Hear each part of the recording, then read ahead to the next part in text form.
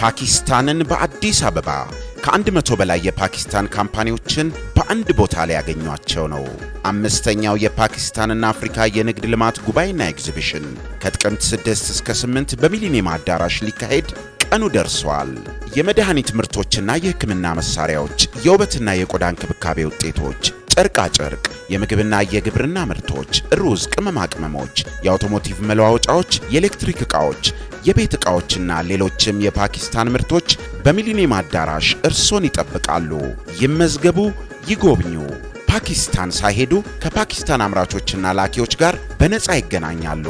pakafricaConnect.com ድረገጻችንን አሁኑኑ ይጎብኙ። ለበለጠ መረጃ በ0929308363 ወይም 64 ላይ ሃሎ ይበሉ። ትልቅ የንግድ ትስስርን መፍጠር ዓላማ ባደረገው በዚህ ኤግዚቢሽን በጭራሽ አይቀርም።